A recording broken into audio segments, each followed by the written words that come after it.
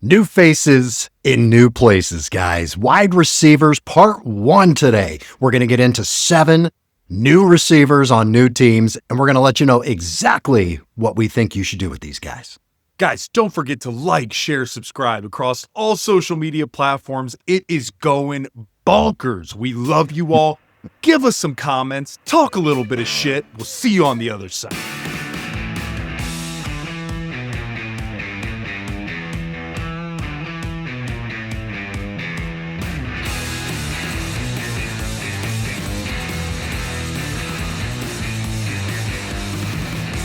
All right. Welcome to the show. This is the Frankly Fantasy Football Podcast. We are your hosts, Frankie and Johnny. Frankie, God, these are our favorite episodes here, baby. Wide receivers, new faces in new places. These are all the free agent receivers that are on new teams now. Gotta love this. There's so many fantasy relevant guys here. I love it. Guys, there's so many receivers this year that we've got 2 parts. So this is part 1. 2-part series, a new faces, new places with receivers. Stick with us, guys. We still have running backs to go. That'll be coming out soon, so stick with us here. Frankie, you ready, baby? Let's get into these receivers, huh? All right. Yeah. First guy we got here, man. I mean, can you get any more excited than this guy right here or what? Let's go, man. A.J. Brown. A.J. Brown, one of my darlings. He's in my boy band. I've had this guy. I've had the stack with Jalen Hurts for years. Love this stack. Yeah. All right, now he's on a new team. From the Eagles, now he's on the Patriots. He's sitting there with Drake May. I'm salivating. Let me wipe the slobber off my mouth here. Frankie, There you go. tell us about A.J. Brown with the Pats, baby. Guys, this is a big one. This is a big one. So look, John, you mentioned it. Traded from Philly, going to the Pats. Actually, Philly got a first-round pick and a fifth-round pick for that of A.J. Brown. And so it's fascinating last year, guys, when AJ was on that of the Eagles, he averaged roughly about 12 points a game, finished as receiver 14, which, look, I know most of you drafted him to be a receiver 1. It was a little bit of a weird year, I'm not going to lie. Ended up having 121 targets, just over 1,000 yards and 7 touchdowns with an ADOT of about 8.5 yards. So all of that was pretty damn good, but it gets better because now he's got Drake May. Now he's currently sitting, guys, with an ADP at receiver 8, overall 19. So if you want him, you got to grab him. So this is the year, John, that I really think we're going to see a reemergence of A.J. Brown. It's going to be fun. Yeah, he's creeping up that ADP, man. I mean, right now sitting at receiver 8. You're not getting a discount on him for sure. No. So you need to believe here, man. All right, so let's look at this. I mean, we've been wanting an alpha on this team. That's what they needed, man. I mean, you look at the depth chart right now at receiver, it's A.J. Brown is the 1, Romeo Doubs is the 2, then you got Pop Douglas in the slot, Kayshon Boutte, Mac Hollins. I guess my point here is that A.J. Brown should be a target monster. Totally. He's a squeaky wheel guy. You know he complains when he doesn't get the ball. I think he's going to get the ball here, man. I just don't think there's going to be an issue with that. Now, let me ask you, as far as drafting A.J. Brown, you're going to have to take him, right after the turn there on the 1-2 turn, like 3, maybe 3-4 picks into the second round? How does that make you feel when drafting him, when you're looking at who maybe you took in the first round, and then you're looking at A.J. Brown maybe being your alpha receiver on your team? How do you feel about all that? Guys, I love it. And so should you. And here's the deal. You're going to have to look at, am I taking A.J. Brown from a receiver perspective, or am I going to take Drake London? That's where that's going to end up happening. For me, it's A.J. Brown 9 out of 10 times, and being completely honest. And so, look, if you end up going running back, let's say you get one of the premier. Let's say you're getting maybe not Bijan or Jameer, because I don't think A.J. Brown's going to make it back to that turn around that first, second pick. But let's say you get JT. Maybe it's a CMC, and he falls a little bit because of his tightness.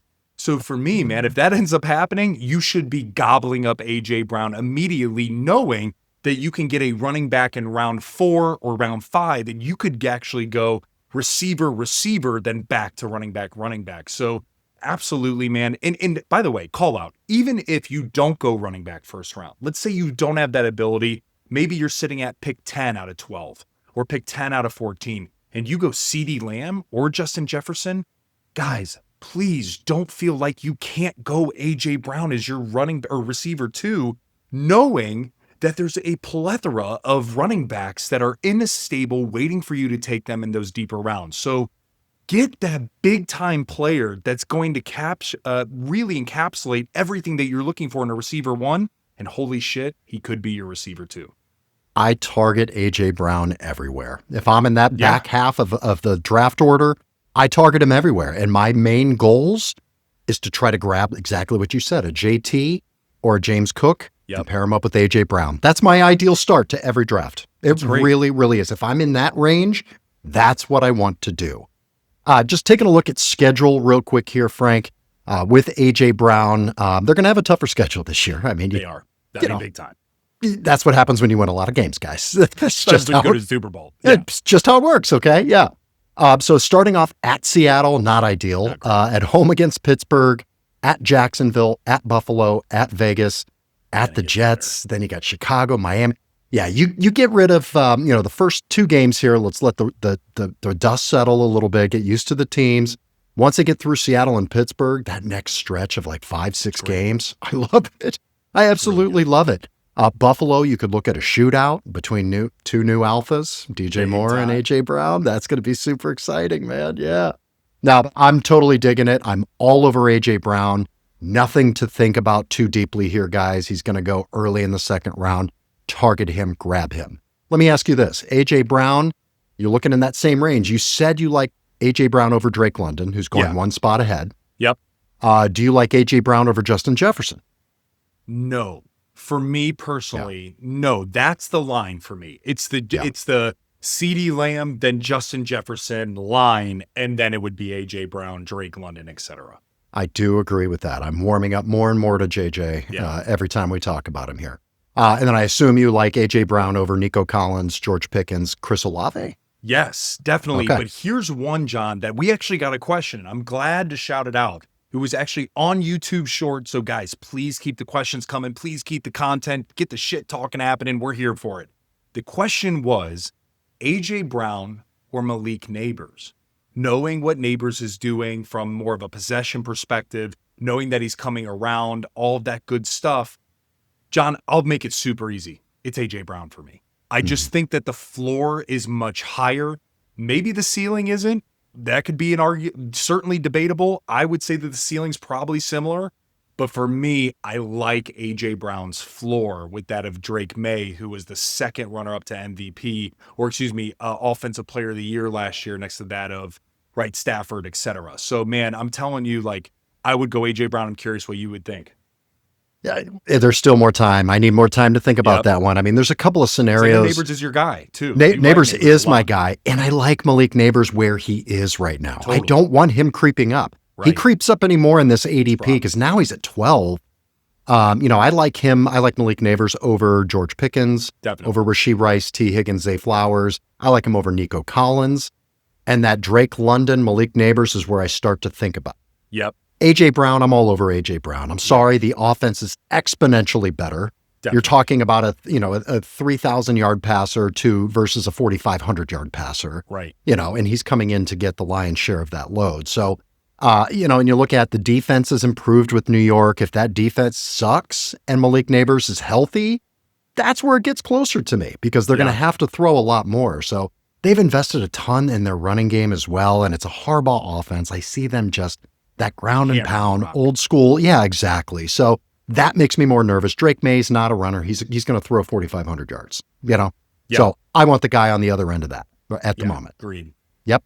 All right, sounds good. Let's move on here, Frankie. Let's get to our next guy. Hey, father time, man. Let's go. This guy.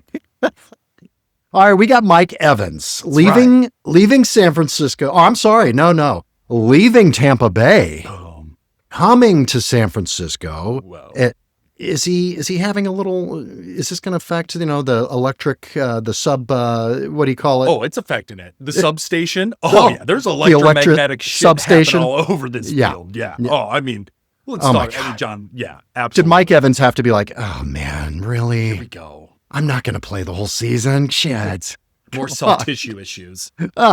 He's got soft tissue issues right now, Frank. And it's the middle of August. Yeah, exactly. All right, tell us how you feel. I know you're a Mike Evans guy. You am. and I differ greatly on Mike Evans, Definitely. so this could be a little contentious potentially here. Yeah, I like that. I like that.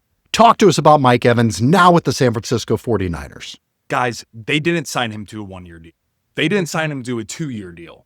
They're looking at this cat. Yeah, he's a little bit older, but he's absolutely a foundational piece of this offense to a 3-year, $42.4 million deal, $16 million guaranteed. Guys, last year was a tough year. That's somebody like for Mike Evans. I was rooting for him, honestly, harder than I've ever rooted probably for a receiver in my life because I wanted him to hit that 1,000-yard to actually eclipse over Jerry Rice, right? Unfortunately, due to injuries, it didn't happen. But what he did do in 8 games is he actually averaged roughly about 9 points a game in fantasy football. Guys, yes, he finished at receiver 77, but again, he only played 8 games.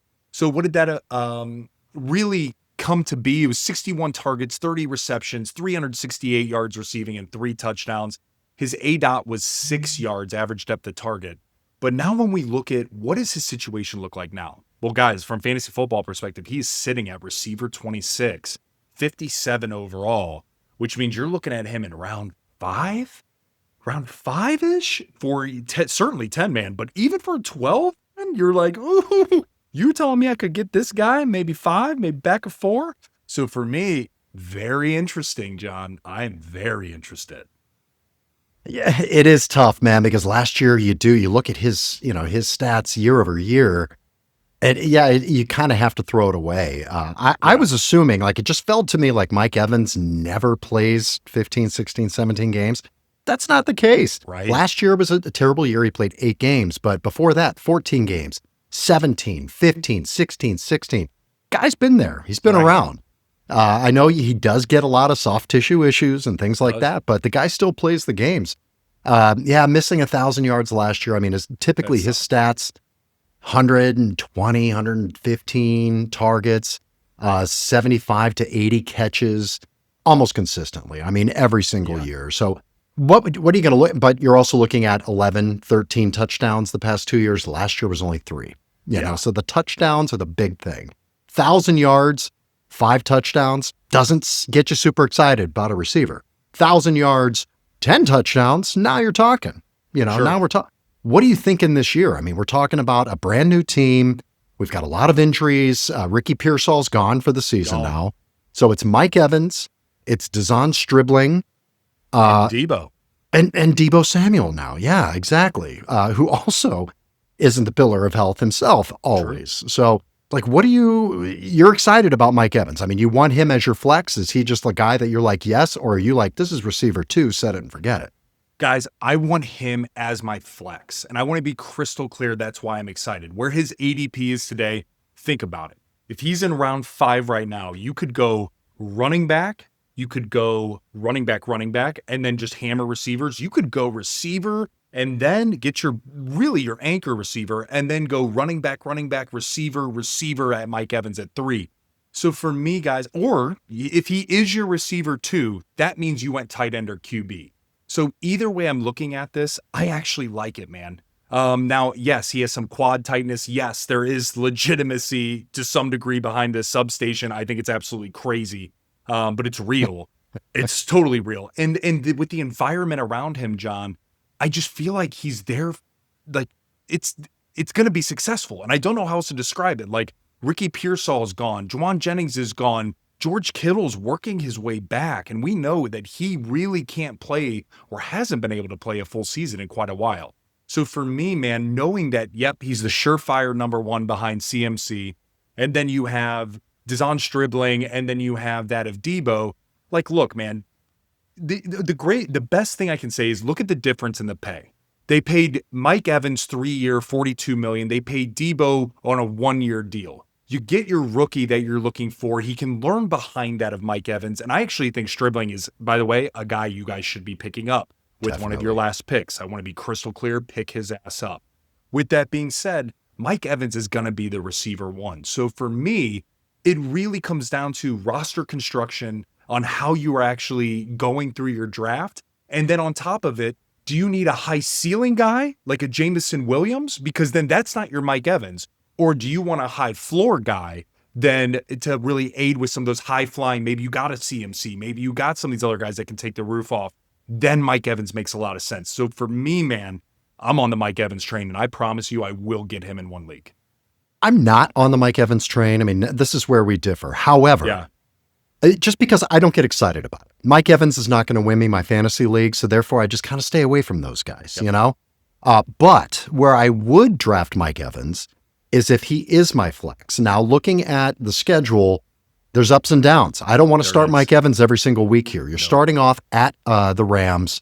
You got a couple of cream puffs there with Miami, Arizona. I'm starting him for those games. For sure. But then you've got Denver and at Seattle. You don't want to play him in those games. Then it opens up again. You've got Washington and Atlanta. Just great matchups there. So what I would do if I'm just constructing a team and I do decide Mike Evans is the safest, best option at that round 6 pick for my flex, I'm going to take some swings behind him. It's like having Terry McLaurin on your team.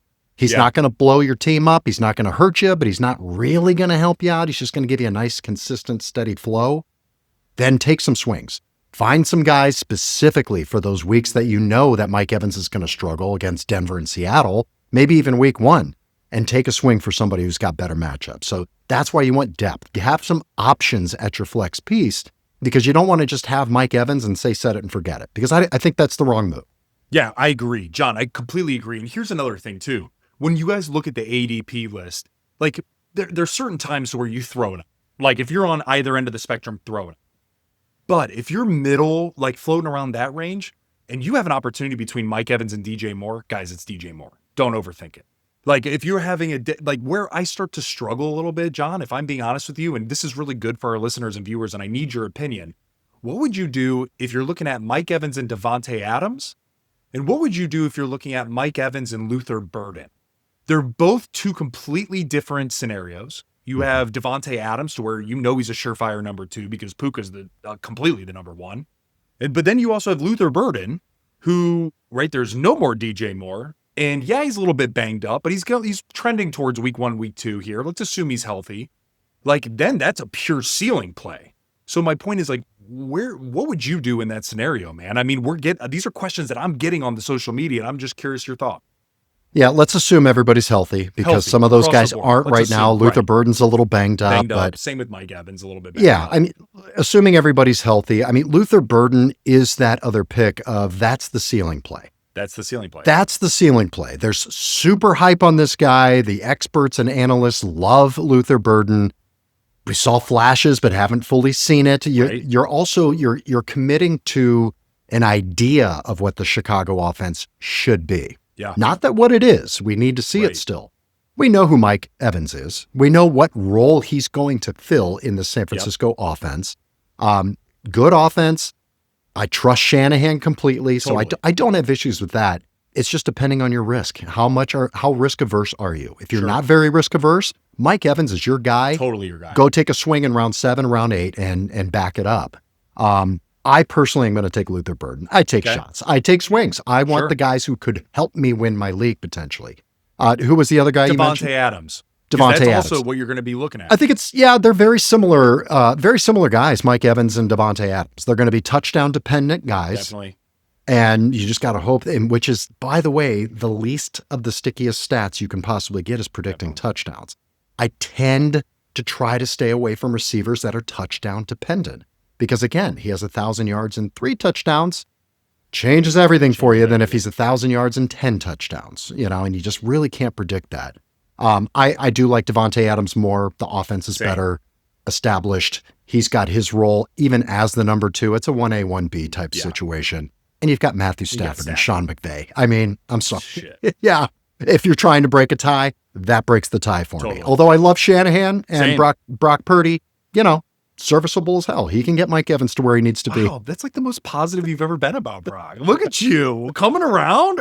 Should I get you a Brock jersey? Give me 3 or 4 more years and I'll be a Brock Purdy fan, Yeah, I know. I don't love Brock Purdy. I understand, but he is a solid quarterback. He's not going to win you a lot, but he's a solid quarterback. Yeah. All right. Sounds good. All right. Let's move on here, Frankie. Our next guy, MPJ, Michael Pittman Jr. leaving my Indianapolis Colts and heading over to my nemesis, the Pittsburgh Steelers. All right, talk about Michael Pittman Jr. now as a Steeler. Guys, I think this is really interesting, and I'll tell you why. Like, look, he was traded for nothing, a 6th rounder. Okay, so you got him for nothing. Pack of cigarettes, right? Probably menthols at that point. And let me tell you, last year, guys, you would look and say, face value, you'd be like, yeah, he had an okay year. But actually, he averaged 10 points a game, finished as receiver 22. He ended up having 111 targets, 80 receptions, 784 yards receiving, and 7 touchdowns. His average depth of target was 7 yards. So where is he sitting then? Guys, he's sitting at receiver 39 and 89 overall. Like, look, we're going to get into this, but I'm telling you right now, there is some value here based on where he's at, John. I struggle with Michael Pittman. I really, really do. Yeah. He's another one of those guys. It's almost like I was talking about Mike Evans not getting me excited. Michael Pittman Jr. does not get me excited. He's kind of a possession receiver. I think he's going to have a good role on this team. And you and I were talking prior to the to recording here. I was like, hey, can Aaron Rodgers really support 2 receivers? How do you feel about that? John, I think that's a good question. Because you like DK Metcalf too. So I do. I mean, this definitely, this isn't a situation to where, you think of the Steelers and you're like, oh, we can easily support 2 receivers, in fantasy. Like, look, here's how I would look at this. Historically, Aaron Rodgers, when he's healthy, he can pseudo support 2 receivers. Now, the last few years we haven't seen it, and I'll be super honest. We've seen him really get other weapons involved. It necessarily hasn't been receiver 2. It's been Kenneth Gainwell, who had a career year. It's been Darnell Washington. It's been Pat Freiermuth, right? And like some of these other guys. And so, Calvin Austin got in a little bit. But here's my thing. When we look at the stats from Aaron Rodgers, John, you said something when we were off camera that just kind of put it together for me. If you look at Aaron Rodgers' stats next to Jalen Hurts, they are almost identical. Like, take away the rushing. The passing stats were nearly identical. And so we saw Jalen Hurts be able to have A.J. Brown 1,000 yards, Devonta Smith a little bit more. So my point in saying this is a healthy Aaron Rodgers in a Mike McCarthy style of an offense, knowing Kenneth Gainwell is no longer there. Sure, you bring in Rico Dowdle, totally different skill set than Kenneth Gainwell. So you lose some of that receiving capability out of that running back. But now you bring in a true possession like receiver in Michael Pittman. What this does for me, man, I think DK, this actually helps both parties, that being DK and Michael Pittman. It alleviates some of the bullshit that DK has going, like the constant double team, the safety over top constantly. And it also helps Michael Pittman Jr. because now he's the guy that's going to be playing really well in the middle of the field, in addition to that at the tight end. So for me, man, when looking at this from a fantasy perspective, dude, I'm definitely targeting him. And like when you look at, he's like right now on his schedule, I mean, we're talking Atlanta, New England, Cincinnati, Cleveland, Indy. The schedule looks awesome. Games. Yeah. I love that. I love that. And then you layer on, this is Aaron Rodgers last year. He's been crystal clear about it. What if he has this honeymoon? So, and you don't have to draft. Gets up to 4,000 yards and supports 2 receivers, throws 35 touchdowns. Dude, it would be crazy. It would be the most Aaron Rodgers thing to ever fucking happen. And then he goes I'm on not putting money on it. You know what I mean? Yeah. But my thing is, dude, it's where you can draft him. Like, guys, we're talking deep. We're talking real deep in the draft. Round 8, round 9, round back of 7, which means that he could be your receiver 5. Like that, you're telling me that's a real thing if you wait on quarterback and tight end?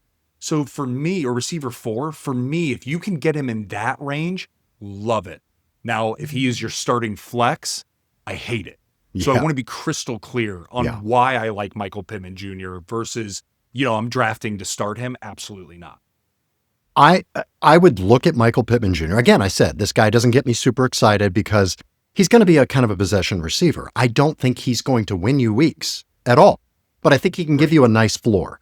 I think he could be a guy's like 6 for 60 all the time. Yes. He'll probably never score touchdowns, but he's going to be 6 for 60 right around there, which will get you 10, 12, 13, 14 points depending on your scoring. So I think he could be okay. But again, if I draft him as one of my flex options, Right. I'm going to have others that do have that high ceiling. Big time. Pittman does not have his ceiling is gone. There's no ceiling there. With DK healthy on the Pittsburgh Steelers, just the way that they manage that offense. 3,300 yards passing last year from Rodgers. It's hard to support two receivers, when you're throwing less than 4,000 yards. It just is. But that's where I would take Michael Pittman Jr. So that's what I'm expecting is like 6 for 60. Touchdowns will just be a bonus. So John, would you take him over, or would you take Mekhi Lemon over MPJ? Depends how my roster is constructed. I love Mekhi Lemon. I mean, I know he's banged up. Let's assume they're healthy. It's mid-August. Let's assume mid-August. Let's assume they're healthy come draft time. I love Mekhi Lemon. But you could make an argument. Yeah, I mean, the sexiness of it all wants me to take Mekhi Lemon. He's the fresh, the new, the shiny car, this and that.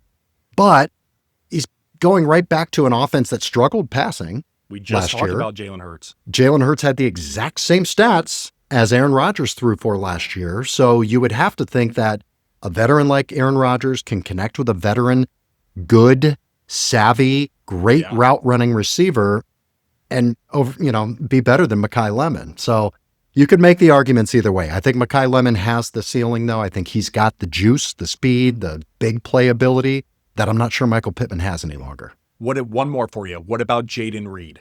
Because, one thing that I'm looking at, a lot of people are not talking about the Packers. And I think it's because it makes a lot of people uncomfortable because there's a lot of moving pieces. You got Matthew Golden coming into second year. Yep. You just re-signed and extended Jaden Reed. You extended Christian Watson. Both of those guys are the antithesis of the pillar of health. So if you're looking at Jaden Reed, who you going with? I'm taking any of the Packers receivers over Michael Pittman Jr. I don't know who it's going to be, but I want one of them. I want a piece of that offense because that is going to be a high-flying pass offense. I want a piece of that.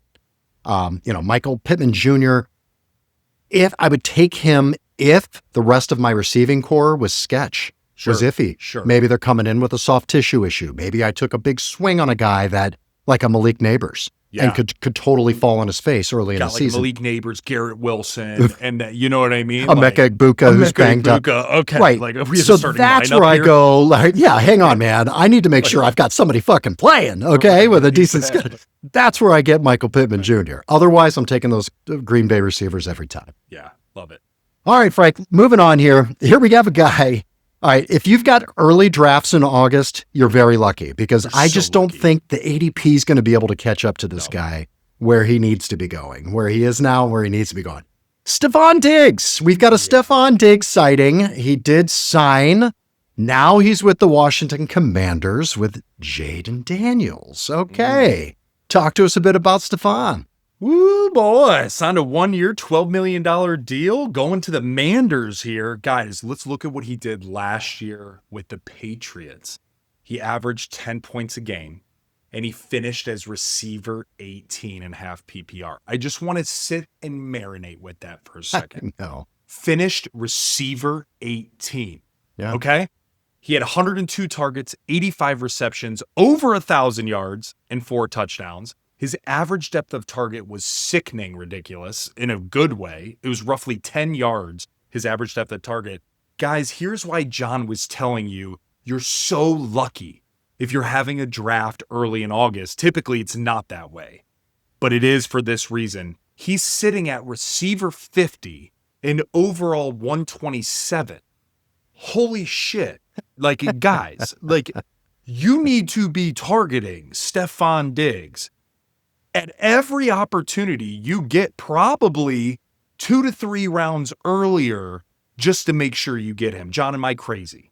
Absolutely not. Yeah. I mean, throw ADP out the window let's look. I mean, let's do it right now and just see where should Stefon Diggs go? Like where you say jump on him quickly and jump on him early, where do you think you would feel comfortable jumping up on him? Because you're going to have to take him off the list probably faster than you're going to see him pop up on your little queue. Oh, that's so good. John, okay, here's the deal. I'm probably taking him in the same realm as where DK Metcalf is. So DK Metcalf, guys, if we look at it, he's floating around receiver 34, receiver 32, receiver 35, depending on whatever you're looking at. So for me, guys, that puts him around Cortland Sutton, Alec Pierce, DK Metcalf, Carnell Tate. Guys, that is where I believe Stefon Diggs should be. And damn it, I think he's going to way improve upon that actually during season. He's going to, in my opinion, man, he's going to be a top 25 guy. Like, I just don't see a path that it's not going to happen because he's not receiver one, which actually people are like, well, that will hurt him. Not in this style of offense. Not when you got Scary Terry and they don't have a super solid running back room. Right now they have Ja'Cory Krosky-Merritt, they have Rashad White, and they have Katron Allen.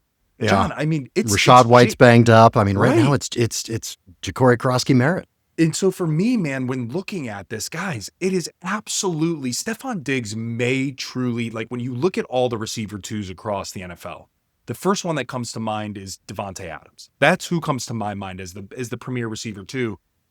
I don't know if Stefon Diggs is that much worse than Devontae Adams from a fantasy football perspective.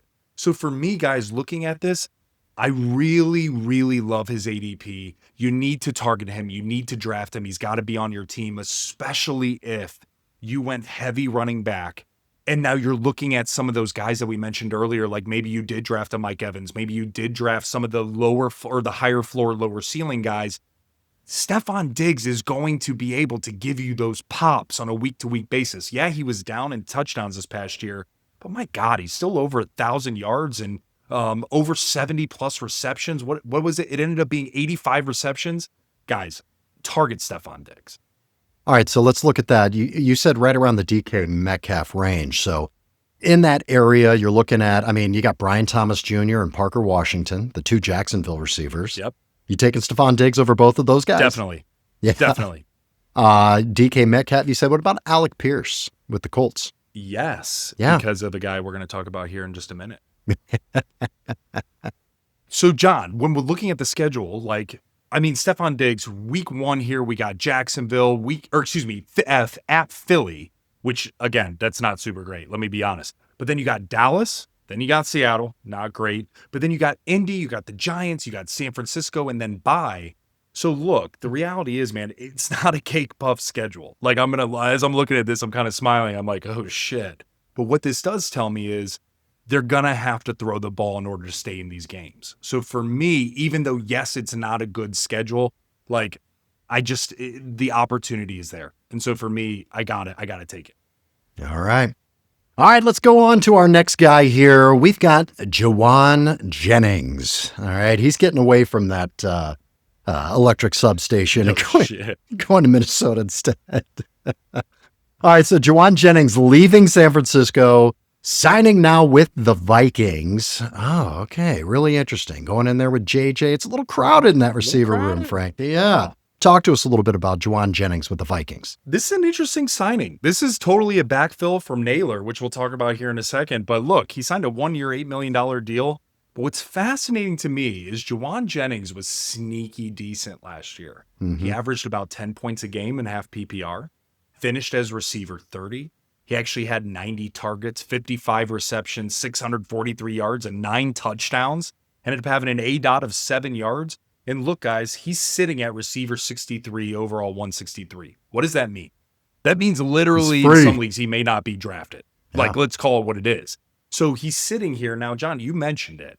Like, it's like, okay, his scenario is crowded. Yeah, you got Justin Jefferson, you got Jordan Addison, you got him, you got TJ Hawkinson, you got Aaron Jones and Jordan Mason, all these other cats that are going to need the rock.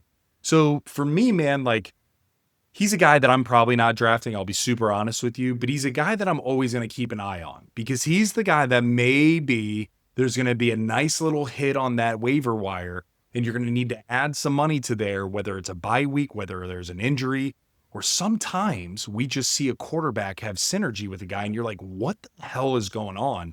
Kind of like Parker Washington with Trevor Lawrence last year.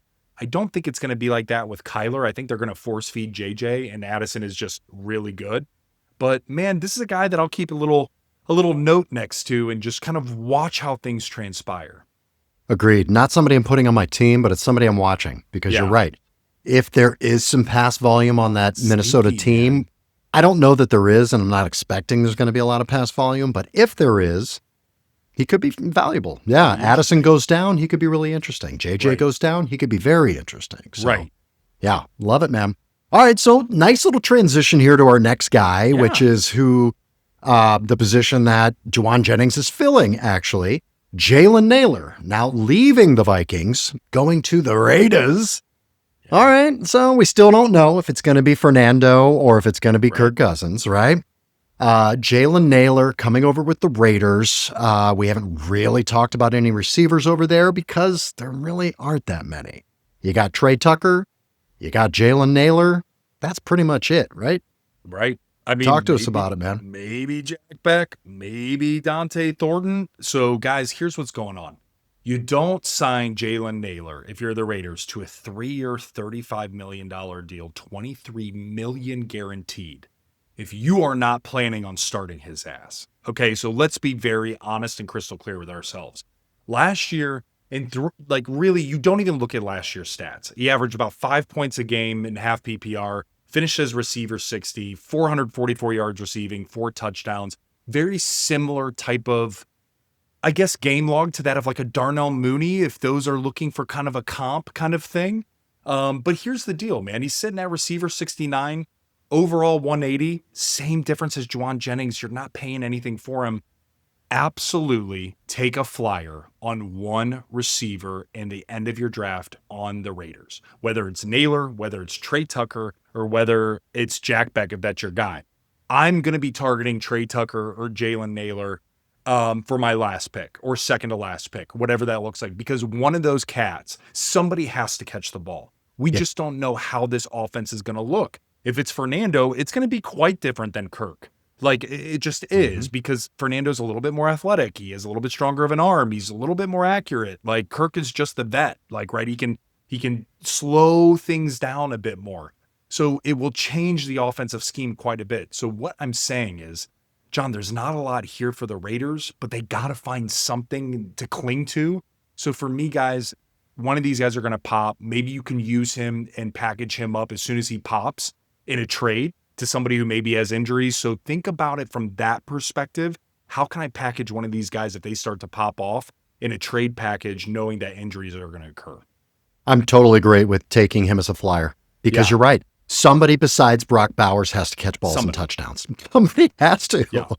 Yeah. And Jalen Naylor, the way they paid him, you're right. Follow the money. Those are the guys that they're going. Yeah, they're going to prioritize these guys because they fucking paid them. That's why. Right. Looking at the Vegas schedule, too, nothing that scares me, freaks me out. Right.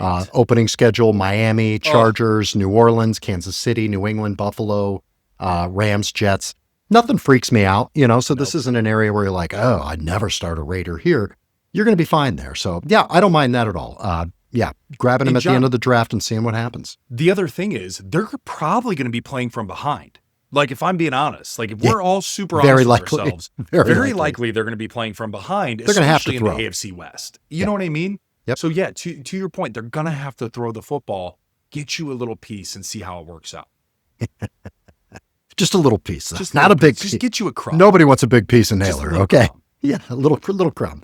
All right, Frank, we got a little updated news that we have to talk about here. A new face in a new place that we have to do a little honorable mention. We have to. Have to talk about him a minute here because circumstance may make this guy fantasy relevant, okay? Keenan Allen, again, father time, just like Mike Evans, man. Keenan Allen is now with the Colts, which is super, super interesting. The Colts, you got some banged up camp news right now, preseason with Tyler Warren's a little banged up. When you're looking at the receiving core here, I mean, where is Keenan Allen going to kind of fit in? Obviously, Alec Pierce, the guy who they paid $100 million to be their one, he's on the pup currently, So Josh Downs and Keenan Allen, is that what we're looking at the moment? Yeah, John, and especially to the point where we were seeing like Tyler Warren got some groin issues happening, like a little bit of some soft tissue. So, guys, here's what's fascinating. When I was talking about this with a buddy, I got eyes rolled. And I was like, why the fuck are you rolling your eyes when I say Keenan Allen? And he goes, because he's old. I go, do you know what he did last year? Let me say this. Guys, last year in half PPR, he was 34th receiver. In full PPR, he cracked the top 30 and was 29, okay? He had 122 targets. He had 81 receptions, 777 yards receiving, and 4 receiving touchdowns. That to me does not sound like somebody who's washed. I want to be crystal clear. Then you start layering on opportunity. The Colts need somebody that can run routes this crisp, and he is literally, I know it's crazy to say this, in my eyes, he's still an upgraded version of a Michael Pittman Jr. from an actual player standpoint. Even though his age is there, I get it, but just there's certain people that can just run a route and you're just kind of drooling over it. That's still Keenan Allen. That's still Devontae Adams. There's still guys like that that are a little bit older that do that. So for me, man, him coming to a Colts team, good offensive line, decent defense, excellent running back. You got Danny Dimes. If he can stay healthy, we saw what he did with Alec Pierce, MPJ, Josh Downs, and Tyler Warren. Guys, target and draft Keenan Allen. Why the hell wouldn't you? He's free. There's yes, he's going to move up in ADP, but I don't think he's going to move up that far. So for me, man, absolutely, look, as much as we're saying take a Jalen Naylor, right? Somebody like that is your last sleeper pick. If Keenan Allen is there, he takes the cake and then some. That's the guy you take, in my opinion, because I just think he could end up actually being or vying for receiver 1 on this offense, as crazy as that sounds. And I think also, here's the other thing. People are not talking about what Keenan Allen can actually do for Alec Pierce. Before they had a Keenan Allen piece, I mean, I didn't feel real good about Alec Pierce. Alec Pierce was able to be that way because he had Michael Pittman Jr. running and covering the middle. Now you got Keenan Allen doing that, which then opens back up Alec Pierce. So for me, I think this helps Danny Dimes. I think this helps the rest of the receiver room. Target Keenan Allen for your fantasy football team late in your draft. I mean, you get a 3-receiver set for the Colts, and you're going to have Josh Downs and Alec Pierce taking everybody away. And go out there, run some cardio, and then you've got Tyler Warren and Keenan Allen running all over the middle of the field. So Keenan Allen just has a knack for getting open. He just does. You don't have to be that fast if you can get open, and he's playing inside. Right, That's the other thing. Exactly. And he's a guy who moves all around. Yeah. He can play all around the field. Totally. So, he's not just going to be stuck there in a 3-receiver set. He'll be out there in 2-receiver sets. Right. Yeah. Yeah, I mean, there's not a lot of guys at the end of the draft. I mean, Jalen Naylor, come on. You don't even know if what he's going to do at all, Exactly. We talked about some of these other guys, and they're the second or third, receiver on a team. You're right. Keenan Allen has the opportunity. We know he will be targeted. We know he will catch the ball. He's going to be on the field, especially with possible health issues with Tyler Warren and with Alec Pierce. Totally. Keenan Allen's healthy. So, hey. Could be interesting. Yeah, I love it, man. There are worse dart throws than Keenan Allen at the end of your draft, for sure. Yeah. All right, man, that is part 1 of the wide receiver, new faces in new places. I love it. Feels good to get through these teams and these guys. Frankie, what else do we have coming up, man? Guys, hold tight, stay where you are, because guess what? We got New Faces in New Places Receiver 2 episode coming up, to where there's a couple other guys we're going to hit on. Maybe we mentioned it. Little teaser. Maybe it's DJ Moore. Maybe he's one of the guys. So we're going to talk about that. Guys, and also keep the comments, keep the traction, keep that momentum happening on social media. Fuck, I love you guys. This is awesome. John, this is when it's fun. It is. So we appreciate you, but get ready for more mock drafts. They are dropping soon. We got 2 and 3 weeks away from the biggest fantasy football draft weekends of the year. We're here to try to help you guys get as much knowledge and information as you can prior to your draft, so you guys can win those damn trophies, baby. Let's go. All right. May the fantasy gods smile upon you. Bye.